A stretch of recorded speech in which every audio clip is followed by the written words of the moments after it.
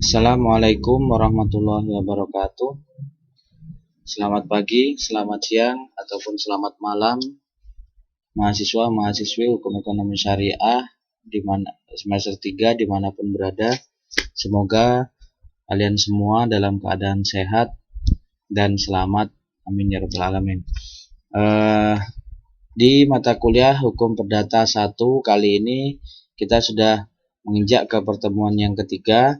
Jadi untuk melihat materi apa yang kita bahas, silakan bisa cek di outline RPS yang sudah kita terima, kita bahas di minggu-minggu awal. Yaitu pertemuan ketiga kita akan membahas tentang hukum keluarga. Ya, bagaimana pengertian, bagaimana pembagian, bagaimana dasar hukumnya nanti akan kita bahas di sini.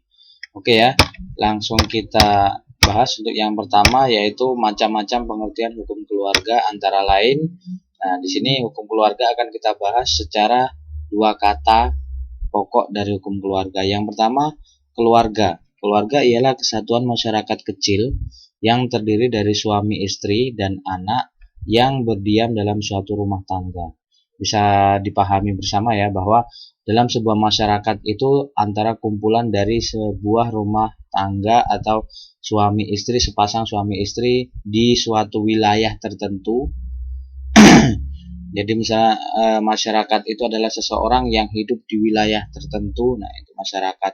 Di sini dikatakan masyarakat kecil, berarti dia adalah orang yang berdiri di dalam sebuah rumah tangga, yaitu siapa? Suami, istri, dan atau anak jika ada. Kemudian yang kedua adalah hukum keluarga. Nah, dari dua kata ini akan kita artikan apa yang dimaksud dengan hukum keluarga ialah mengatur hubungan hukum yang bersangkutan dengan kekeluargaan sedarah dan perkawinan. Arti apa di sini? Berarti kalau keluarga itu hanya kesatuan masyarakat kecil, kemudian kalau hukum keluarga ialah lebih mengatur hubungan hukumnya. Berarti bagaimana cara suami dan istri untuk melakukan pernikahan, pemersatuan antara suami istri itu berarti seperti apa, itu sudah diatur namanya hukum di dalam hukum keluarga. Itu pengertian hukum keluarganya. Kemudian nanti seorang anak ketika lahir, bagaimana kewajiban seorang orang tua. Oke ya. Kita lanjut ke selanjutnya, yaitu lebih ke membahas utama dari pengertian hukum keluarga. Nah, ini bisa diambil kesimpulannya bahwa hukum keluarga dapat diartikan sebagai keseluruhan ketentuan-ketentuan atau aturan-aturan yang mengenai hubungan hukum yang bersangkutan dengan kekeluargaan sedarah dan kekeluargaan karena perkawinan. Ada dua sub yang saya beri tanda merah, itu akan saya beri pemahaman bahwa dalam pengertian hukum keluarga ini, aturan-aturan mengenai hubungan hukum suami istri itu akan berakibat hukum dengan kedua sub ini tadi, kekeluargaan sedarah dan kekeluargaan karena perkawinan. Nah, hubungannya itu apa? Hubungan tentang hubungan keseluruhan dan aturan-aturan nanti yang akan berakibat tentang hukum. Ini contohnya perkawinan, kekuasaan orang tua, perwalian, pengampuan, keadaan tidak hadir. Langsung saya contohkan. Kekeluargaan sedarah. Kekeluargaan sedarah itu adalah kakak dengan adik, dengan kakaknya dan seterusnya. Intinya saudara kandung. Saudara kandung itu diartikan kekeluargaan sedarah. Sedangkan kekeluargaan karena perkawinan itu siapa? Bahwa kakak, beradik, dan seterusnya ada 5 tadi, atau ada 4 atau 2 beradik, itu dia menikah dengan orang lain. Itu yang mana akan menjadikan kekeluargaan karena perkawinan. Nah, itu akan menjadikan hubungan hukum. Hubungan hukumnya apa? Di sini perkawinan. Kemudian jadi mengikatkan antara kedua insan, misalnya si kakak menikah dengan orang mana, misalnya gitu. Dia akan mengikatkan dirinya dengan apa? Perkawinan. Perkawinan diatur di mana? Di hukum. Hubungan hukum ini tadi. Jadi aturannya yaitu perkawinan harus mencapai umurnya seperti yang sudah kita bahas di minggu lalu. Kemudian yang kedua ini kekuasaan orang tua. Kekuasaan orang tua misalnya bahwa seorang anak melakukan perbuatan hukum yang mana dia masih di bawah umur. Itu contohnya kekuasaan orang tua bagaimana? Ya dia harus dia harus mewakili, dalam arti seperti itu. Mewakili atau mengkuasakan perbuatan dari si anak tadi oleh orang tua yang dikuasakan. Yang ketiga ini perwalian. Perwalian apabila misalnya bisa dipahami misalnya dalam perkawinan bahwa seorang anak itu harus menikah harus dengan walinya. Walinya apabila orang tuanya sudah meninggal harus oleh kakaknya, oleh adiknya kakaknya laki-laki, kemudian pamannya dan seterusnya. Kemudian pengampuan dalam arti hubungan hukumnya apa? Ketika semua keluarga sedarah, keluarga karena perkawinan ini akan berakibat ada hubungan hukum di pengampuan. Pengampuan itu pendampingan, hampir sama dengan kekuasaan ini. Kemudian yang terakhir keadaan tidak hadir. Keadaan tidak hadir itu seperti apa? Dalam suatu perkara ada ketidakhadiran dari salah satu keluarga, itu keluarga lain bisa mewakili. Nah, itu maksudnya keadaan tidak hadir bahwa kamu siapa hadir dalam panggilan ini? Saya kakaknya, saya adiknya, saya pamannya, saya siapanya. Itu bisa diartikan seperti itu. Ada hubungan hukumnya di situ.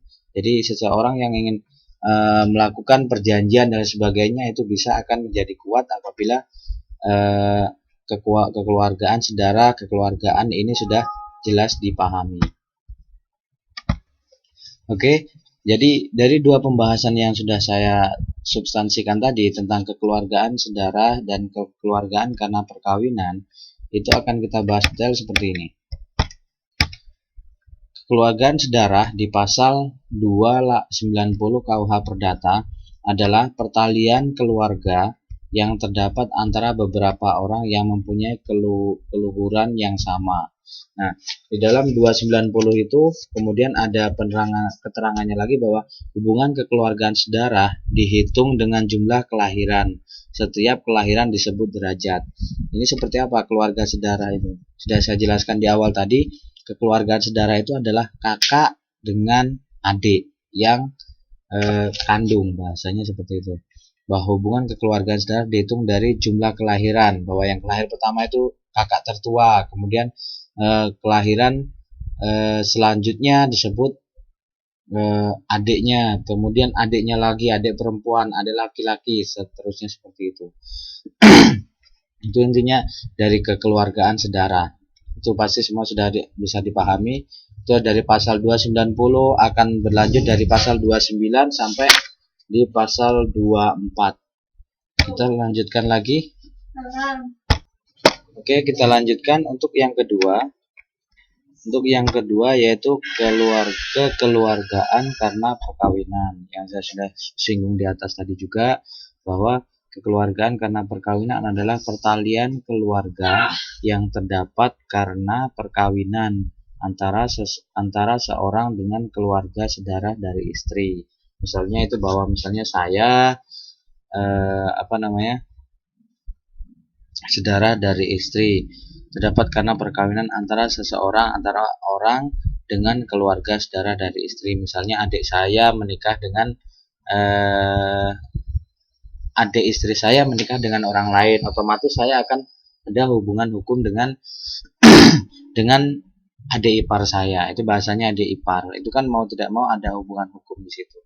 Nah, dan seterusnya itu yang kalau bisa kita gambarkan nanti ketika di pertemuan luring nanti akan saya gambarkan bahwa pertalian kekeluargaan saudara dan kekeluargaan perkawinan, karena nantinya akan ada hubungan hukum seperti waris dan seterusnya.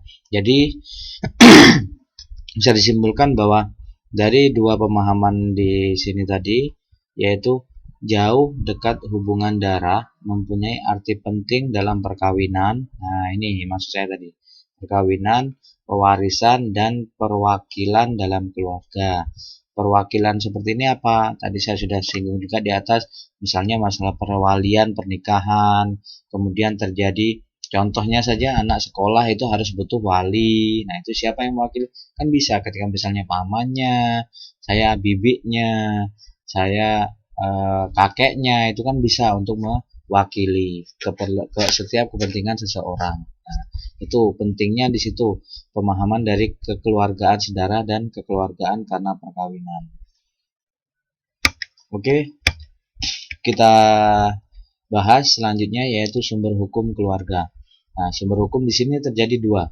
Bisa dipahami dua di sini bahwa sumber hukumnya itu hampir sama dengan hukum yang lain, tapi di sini ada sedikit perbedaan bahwa sumber hukum keluarga itu berbentuknya adalah tertulis dan tidak tertulis.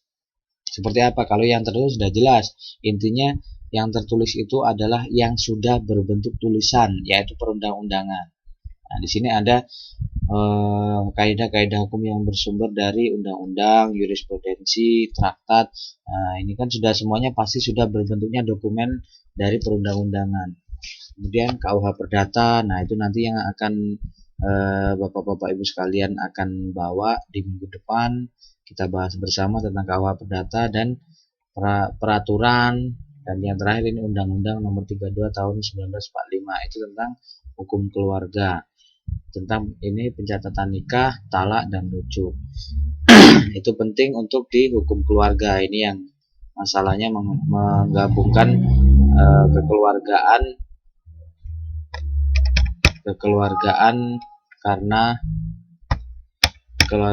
karena perkawinan. Kemudian sumber hukum keluarga yang tidak tertulis apa?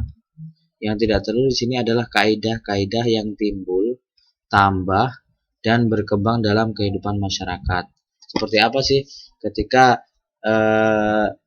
antara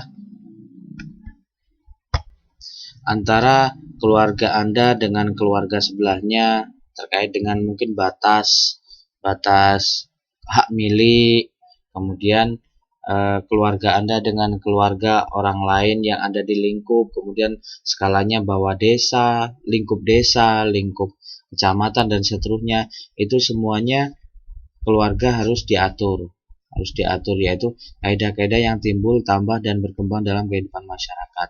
Itu semuanya berbentuk tidak tertulis. Nantinya ketika ada perbuatan atau hubungan hukum yang akan kita lakukan, keluarga tersebut lakukan, itu akan timbul namanya hukum tidak tertulis. Dalam arti nantinya akan akan terjadi secara sendirinya. Dan yang terakhir yaitu apa? Ruang lingkup hukum keluarga. Ruang lingkup itu berarti seperti, jadi ruang lingkup itu adalah lingkup yang akan kita bahas secara spesifik. Nah, ruang lingkup hukum keluarga yang kita bahas secara spesifik itu adalah